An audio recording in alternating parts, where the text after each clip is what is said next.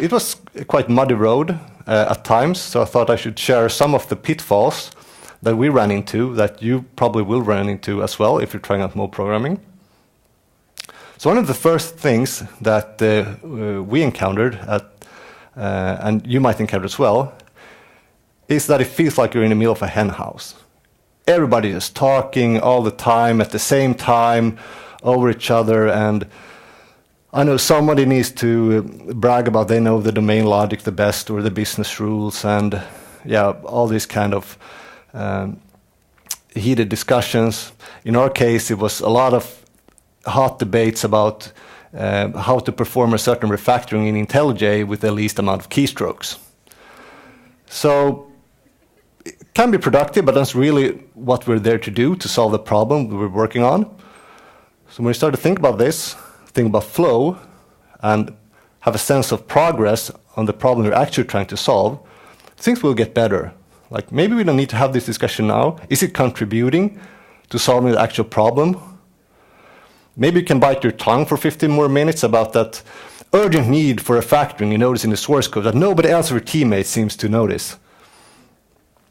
And if you work with the test-driven development, for instance, and use the red-green refactor approach, which means that first you write a test that fails, goes red, then you implement the code to satisfy tests, it goes green, then you can refactor the code, and then you can have the opportunity to tune the implementation, and you don't need to have these crazy discussions all the time.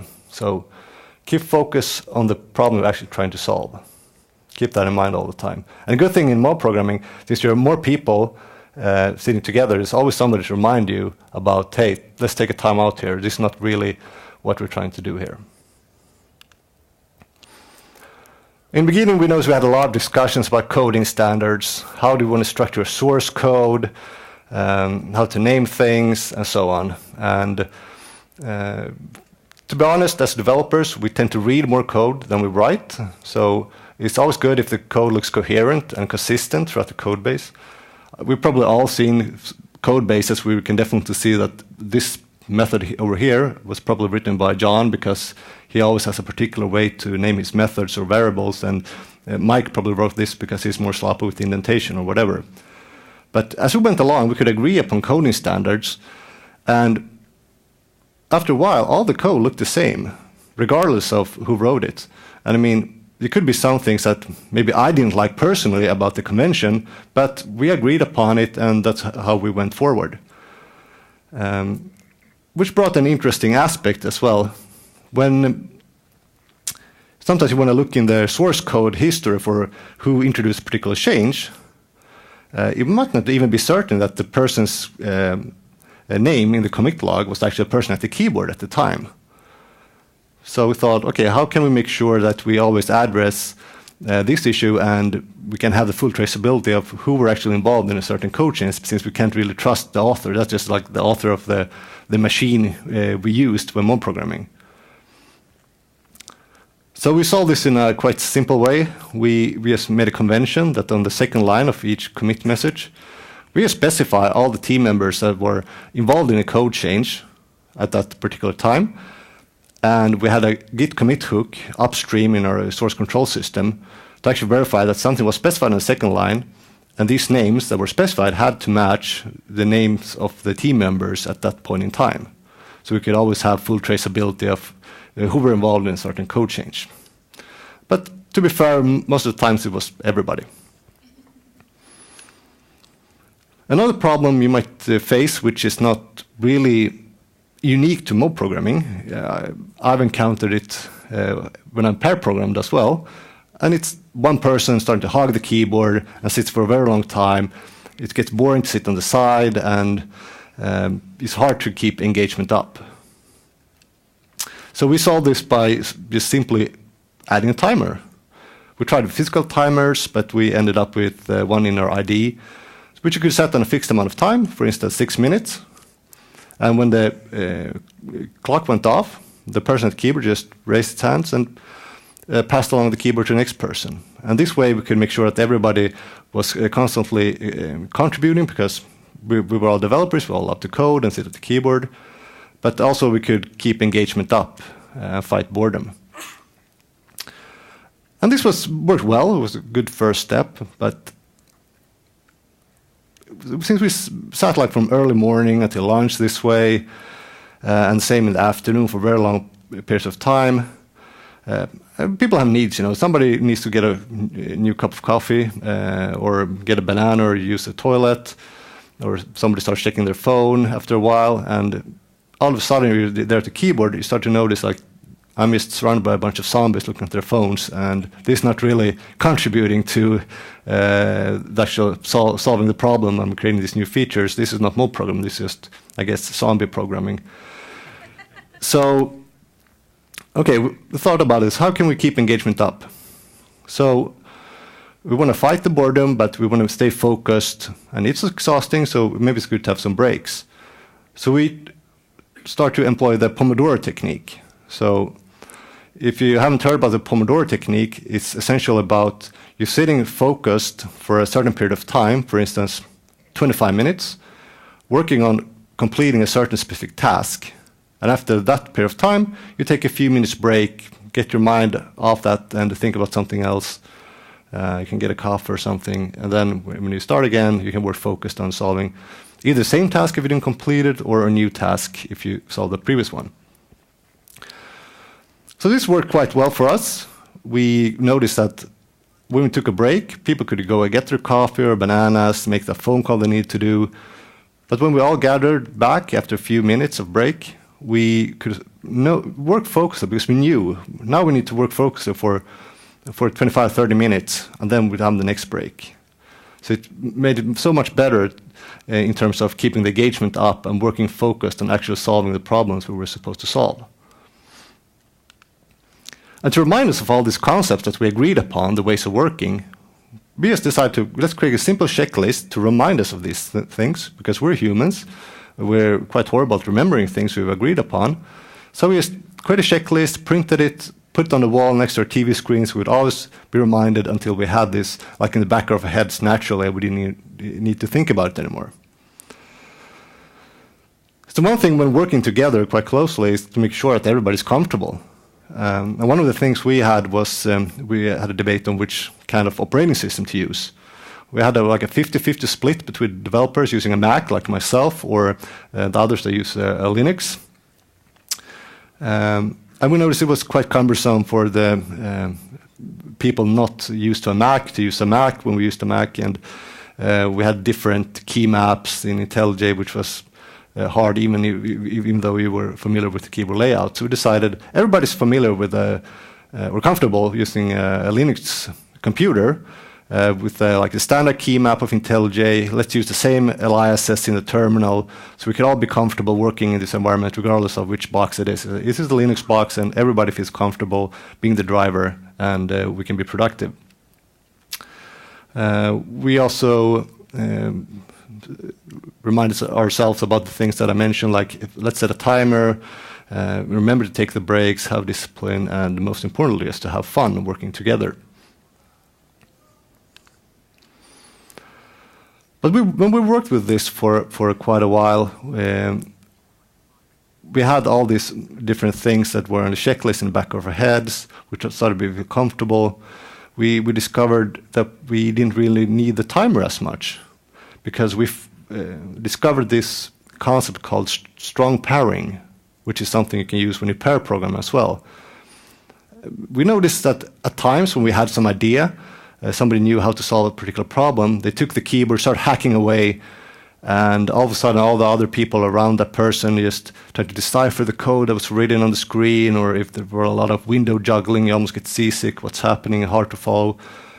So we thought, like, okay, but maybe it's better if the person who has the idea does not have the keyboard.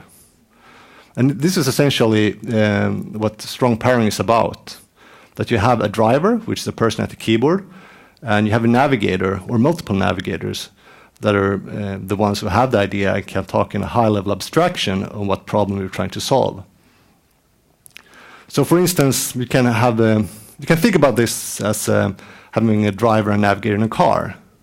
So, if you have a driver and you have a navigator, and we want to get from here to Amsterdam, for instance, as the navigator, you talk in high-level abstraction. You don't need to tell the driver to, all right, now press the clutch down, shift up, release the clutch while pressing the throttle, take the left lane, overtake the Fiat, and so on. We can trust the driver to know all these details, otherwise we wouldn't put him in the driver's seat in the first place anyway. And the same thing when we code. I mean, we all know that everybody can code Java in our team, so we can trust that person on that level. We can talk about the ideas, how to solve a particular problem. And this was it felt very natural, and we didn't need to work with a timer as much anymore, because now it was natural, like the person who had the idea just dropped the keyboard, or many times we gave the keyboard to the person that was most confused about what we were trying to do, actually. So, or sometimes I came from a meeting and joined the mob and was like, okay, where are we at the moment? What problem are we trying to solve? And so on. And I just got the keyboard and like, okay, this is it. We're doing this API endpoint right now. It's supposed to take these parameters. We want to handle this in this way. Like, okay, I can start fiddling around with this.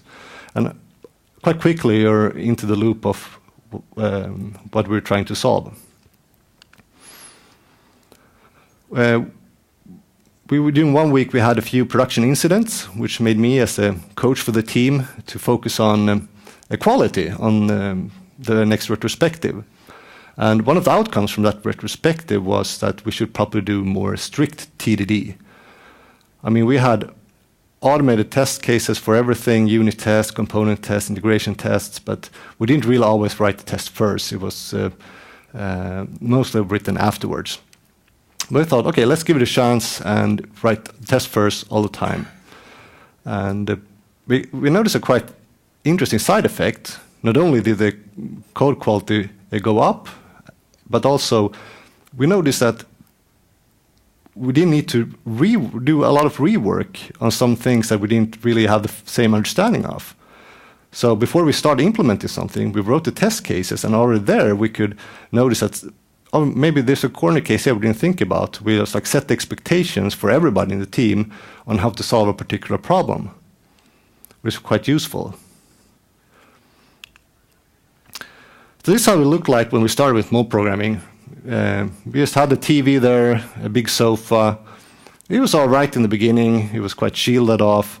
But to be honest, sitting 8 hours in a lousy couch isn't that ideal. I mean, nobody's getting younger. We got back pains, and not everybody even fit in the sofa at the same time, which we're Swedes. We don't really like to be that intimate with each other. So we decided to upgrade our team area and bring in a proper table so people could bring in their own chairs there and have a comfortable environment. And also on the screens on top, you can see that we have our continuous delivery pipelines and our live monitoring from the production systems, always visible, so we could have fast feedback on the things we were working on.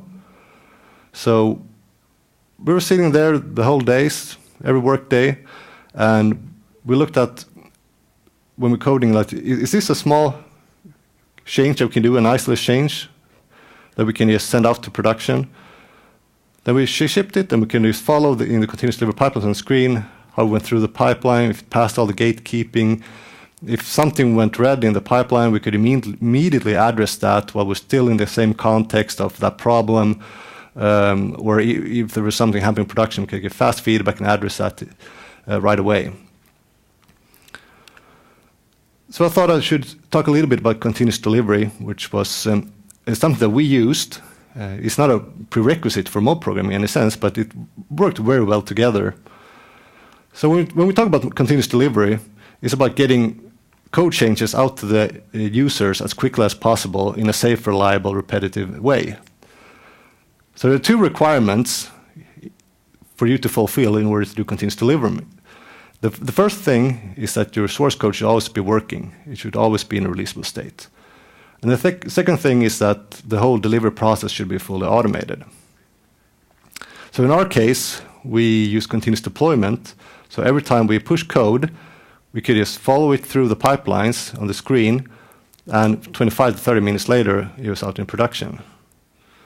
Had the benefits that we always knew what was in production. We never need to think about, is this live or not? When does your code bring value to your users?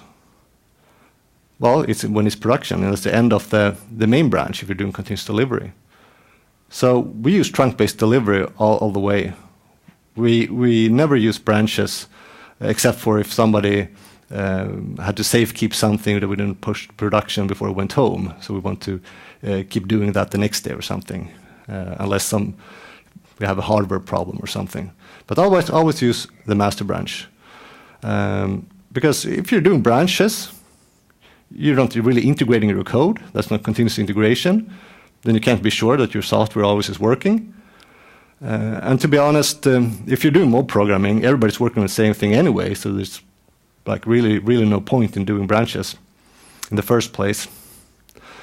A lot of people use branches and like pull requests in order to do code reviews. But if you're doing small incremental changes all the time, that will just add a lot of waste and extra time for people to go through and read. And if you start stacking up smaller changes on top of each other, it's going to be hard to keep up. And if you have bigger diffs, it sometimes can be hard to like really digest what's the intent of the code change. And something that you don't really see in a diff is also what solutions were discarded before opting to this particular solution. Sometimes it's easy to look at a pull request and think about why didn't the person solve this in this way? But maybe they already tried that, but they had some other implementations that you can't really see in the diff, and that solution was discarded. And you have all this wasted time going back and forth discussing the diff instead of just doing the code review immediately together, talk with each other, communicate, and you can be much more efficient. So in our case, we just prefer to always do the code reviews pre-push instead of having a separate workflow, so we can use the trunk-based development approach all the way. So some of the benefits that we saw when we were using mob programming, it was like a bulldozer. The mob was always going on, full steam ahead. It didn't really matter who were at the office. Somebody was sick or somebody was on vacation. Everybody was always on top of things, knowing what was going on. If we ran into an impediment, somebody needs to go talk to another team that we integrated with. We could just take that person, go talk to the other team, and the mob could just go on. Or if somebody came to us with a question, one person could pop up and answer this question, where the mob would always continue working. But only because you're using essentially one computer, it doesn't mean that you can't work in parallel.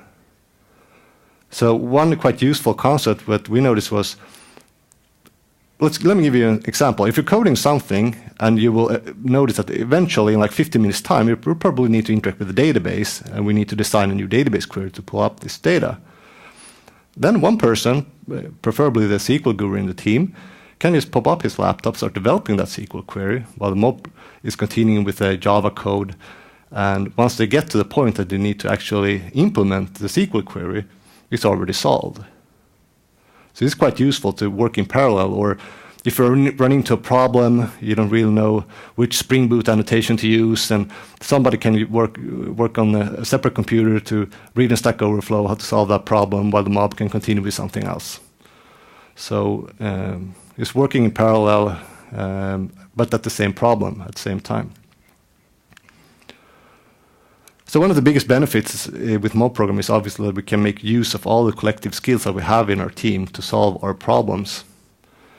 So let me illustrate that with an example. For instance, if we have 4 identified skills that are core to our team in order to be efficient developers, in our case, it could be like Java. You need to know how to code Java to be efficient. You need to know TDD to some extent. Run your stuff on AWS, you need to know AWS in some extent. It's good to have some operational skills, setting up host-centric, application-centric metrics, feature switches, circuit breakers, this kind of stuff, since we are responsible for operating the stuff that we develop. So if we have one person working on a particular problem, he might be very good with Java, so-so on TDD. I've worked with AWS for many years, but hasn't really the ops background. So this person could be fairly comfortable and effective in the team, but still lacks some important aspects, because if we're supposed to deliver all the code changes automatically into production in 25-30 minutes, you need to really think about how you structure your code in order to not break stuff in production. It's quite interesting. It's like when you start with doing TDD, you're going to notice that your source code is going to look more differently. You're going to structure it so it's testable. And the same thing with when you're doing continuous delivery or continuous deployment, you're going to start thinking about when you develop, how is this going to be operable in production? Do I need to take into account back pressure, circuit breakers? What metrics do we want to have monitoring in order to notice if something blows up in production? So, but if this person would pair program with somebody that has the ops skills, it might look something like this. They could be more effective and productive, and maybe avoid some of the pitfalls or problems that they could run into otherwise. But there's still some gaps here. We could probably be better with test-driven development, or making sure that we cover all the necessary corner cases we want to cover in our test suites. But then if we add a third person, who might be a Java and TDD expert, we've all of a sudden addressed all these different aspects, and we raised the overall skill level of the team to take into account all these different aspects that we need to think of when solving problems together. So we just make use of all the necessary brain power in our team in order to deliver more efficiently. Another benefit was that basically anyone in the team could represent us in a meeting. We didn't need to go everybody, or the most senior one or the team lead needs to show up on all the meetings and never be participating in the coding. So we could just rotate, like, who wants to take this meeting? Oh, I can go today, or you can take it, I'll go to the next one, or something like this. In fact, most meetings were eliminated, since we could have discussions or decisions made as we went along when they occurred in the team. And we didn't need to book a separate session, like, let's design this or agree upon a standard. Let's do it next week on Tuesday. We have to find a room first. Okay, it might be Thursday because there was no rooms available. And knowledge sharing just happens all the time. It's just a natural thing. We even had some persons that left the team to go to another team in the company, and we basically needed no handover because everybody already knew everything that was going on. So it was a bit strange feeling when somebody left the team, like, okay, I'm not going to be in the stand-up tomorrow because, yeah, I'm joining the other team, but do you need anything from me? No, yeah, have fun. Okay, let's see you later. Let's have lunch someday. And our product owner, he was super happy. As developers, we might not think about it from a product owner's perspective that often, but the product owner, he's really interested in that the most prioritized thing, the most important thing, gets delivered as quickly as possible. A product owner is not interested in having 5 things being worked on at the same time, moved a little bit on the Kanban board every day for a few weeks' time until they're delivered. Because in a fast-paced environment, priorities change almost on a daily basis. So the thing that's the third most important thing today might not even be interesting in starting implementing tomorrow. Or there might come some new important thing that the product group has decided upon building that needs to go on top of the backlog as soon as the most important thing right now has been solved. So it made it much more flexible in terms of priorities and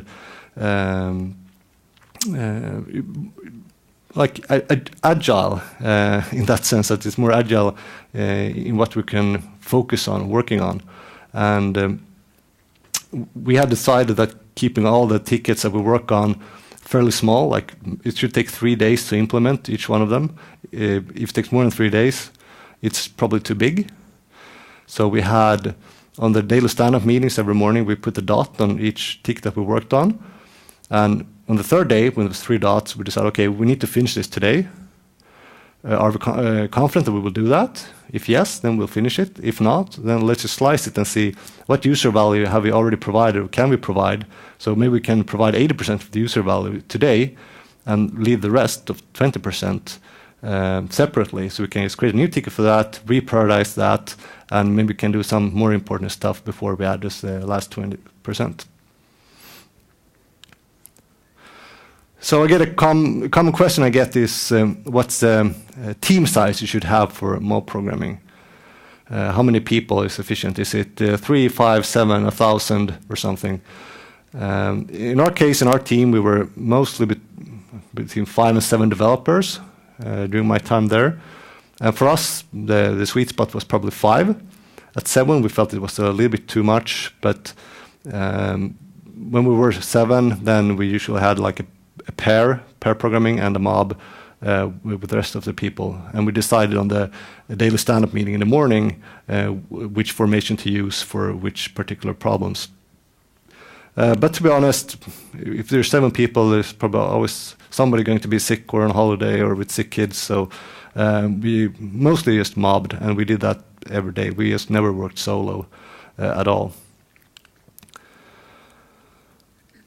One other important aspect, I think, was when we realized that we should have some kind of definition of when it's okay to start working on a particular issue. I mean, in the Agile movement, it's so common that when you start a new team, you have to decide on, we have to have a definition of done to know when we're done. And still, when we're working on stuff, we end up in these discussions about, okay, but this feature, is it done, or is it done, or is it done? And nobody knows. But for us, we really noticed a great effect when we decided that before we can actually start working on a particular issue, it has to fulfill a certain set of requirements.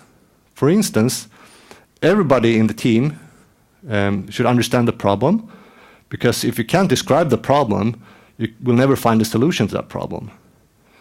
And you should not be blocked by external dependencies. So if we were integrating with another team and they were not ready, we needed to have some data from them in order to start, we would simply not just start working on that, because we don't want to work halfway, get blocked, and have to wait. Everybody should have a common understanding, and the ticket should not be too big. So we had these weekly refinement meetings when we went through the top of the backlog to make sure they were ready to be started working on. Because the real cost in software development isn't writing lines of code. The real cost in software development lies in actually solving the problem. It's all these wasteful tasks, waiting and so on, and then it's rework. And we hate rework. It's demoralizing and boring, and if we can avoid that, we can get a much more better sense of progress and productivity. So with these concepts that I've talked about today, we were able to go from 12 tickets a month to 50 without changing the ticket size, compared to when we worked solo or pair programming as we did before. And also, we look at the amount of the production deployments we were able to muster every week. The average in the company across all these teams were around 5 to 6 production deployments every day. For us, it was between 20 and 25, like the normal pace. But some days we were able to even go up to 60 production deployments every day. So we really outpaced other teams in terms of productivity and pace. And another important aspect, I think, is to actually work as a team. It really felt for us that we were working as a team together, prestigeless, and with a common goal.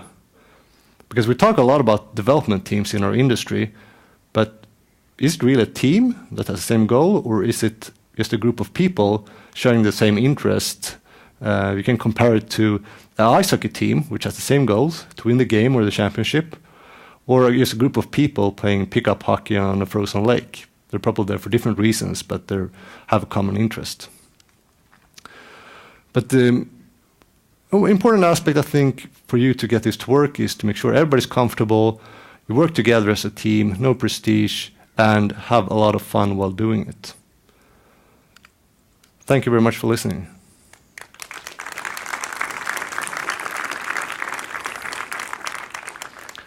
So we have some time for questions. I think we have a mic over here. Can you use, right? or just shout and I can repeat the question. Yeah, I have a question. Yeah, please. Was it possible for someone to work at home if there was a situation at home? Yeah, so the question is, was it possible for somebody to work at home? We didn't really involve those people in the mob. We didn't really have the proper programs or infrastructure for that, I think. But in most cases, we just found something maybe isolated those persons could work on, and they usually joined us on Hangout for the stand-ups and so on. But usually, when somebody worked alone, it was still the most inefficient thing. But I know there are teams that are more successfully tried out with the remoting thing, with screen sharing tools and so on. But we didn't really try that in that sense.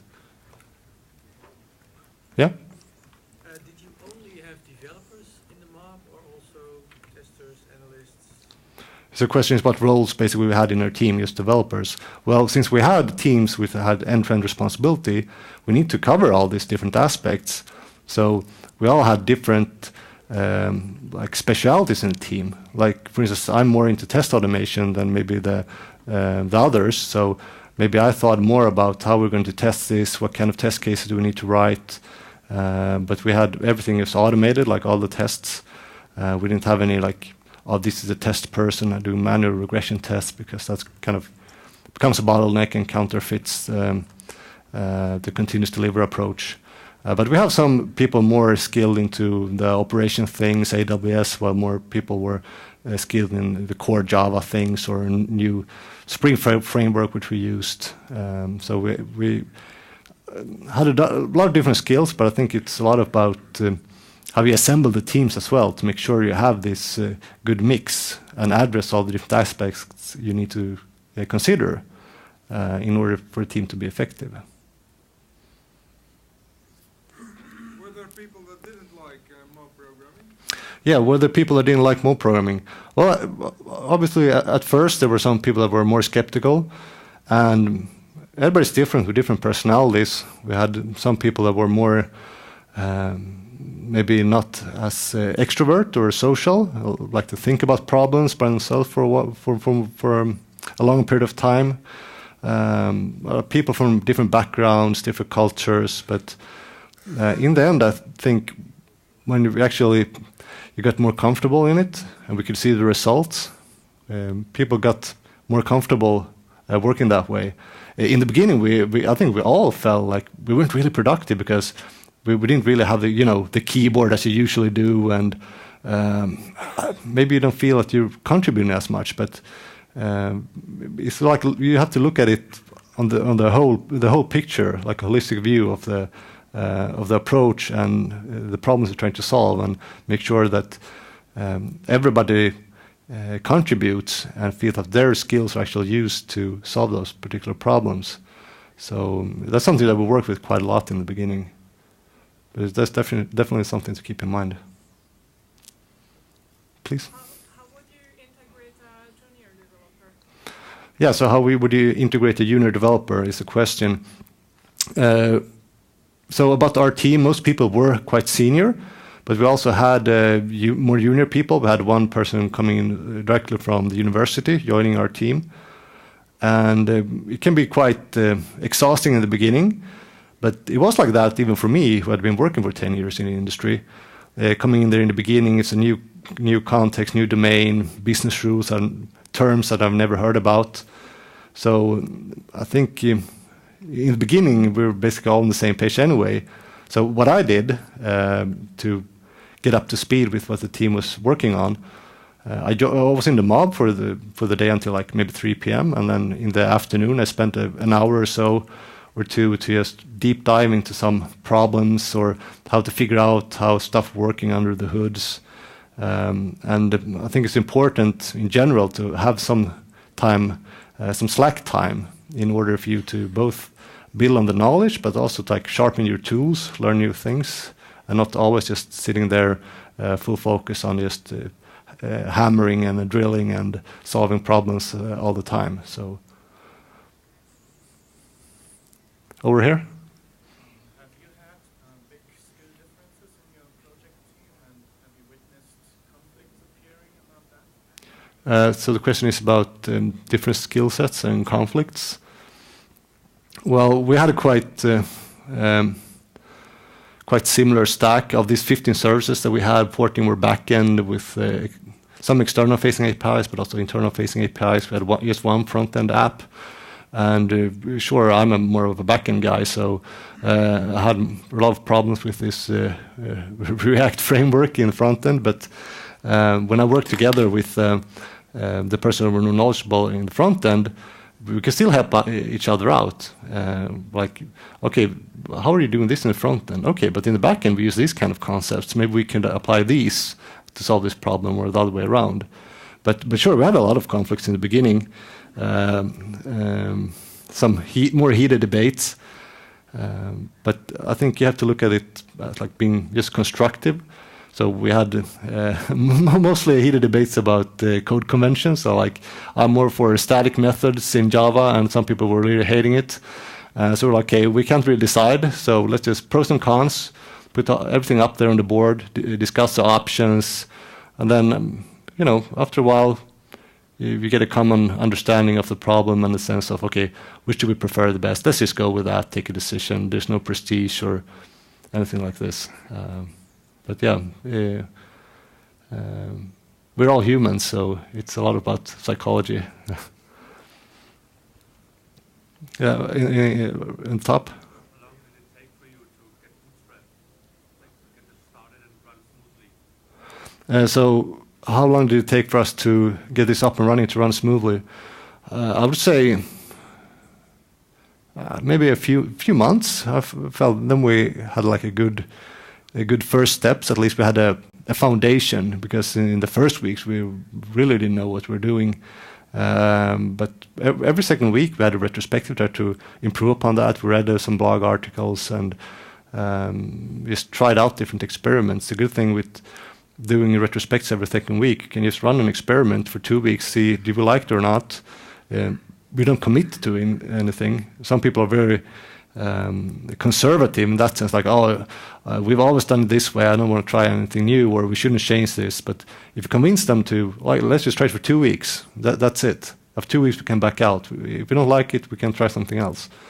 But we iterating and constantly improving on the processes, quite quickly will become more efficient and more comfortable, I think.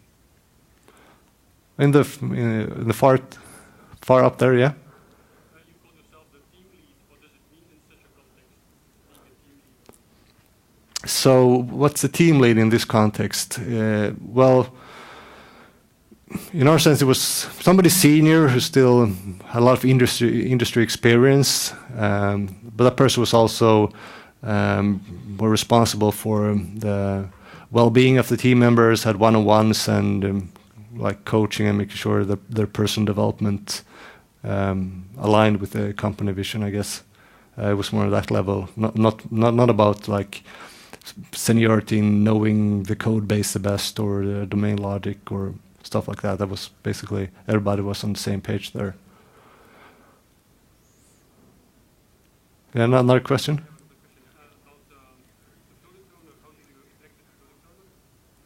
Pardon, I didn't get that.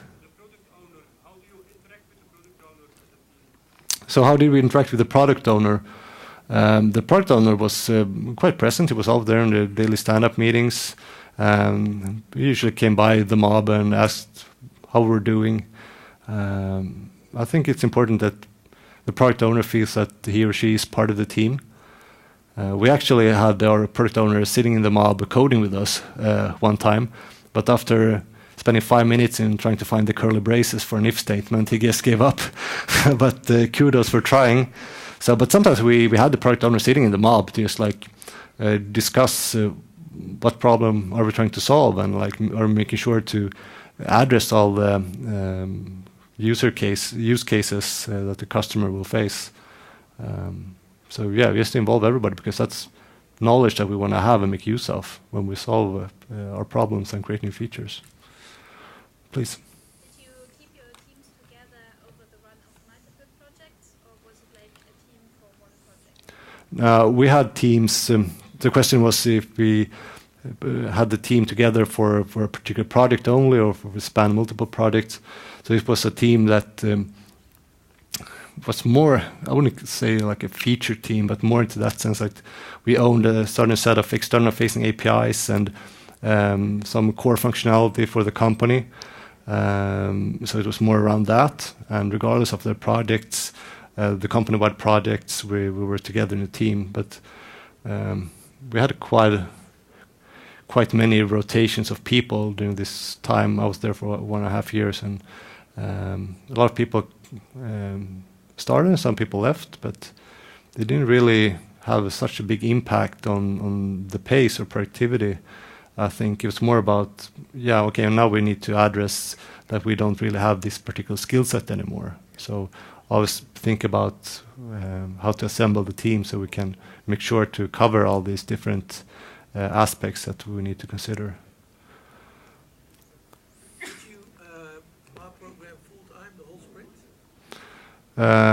So if we mob programming, if we did that the full sprint, so yeah, every day from we had our stand-up at 9:15, so from there on until lunch, and from lunch maybe to 3 p.m. or something. So there was time in the morning for checking emails or try out stuff for reading blogs or whatever, and same in the afternoon. So we had a flexible work hour, so people can come early or at latest 9:15 then, so a bit varied. So usually we didn't start up the mob until after the daily stand-up meeting, but sometimes we had a morning mob as well.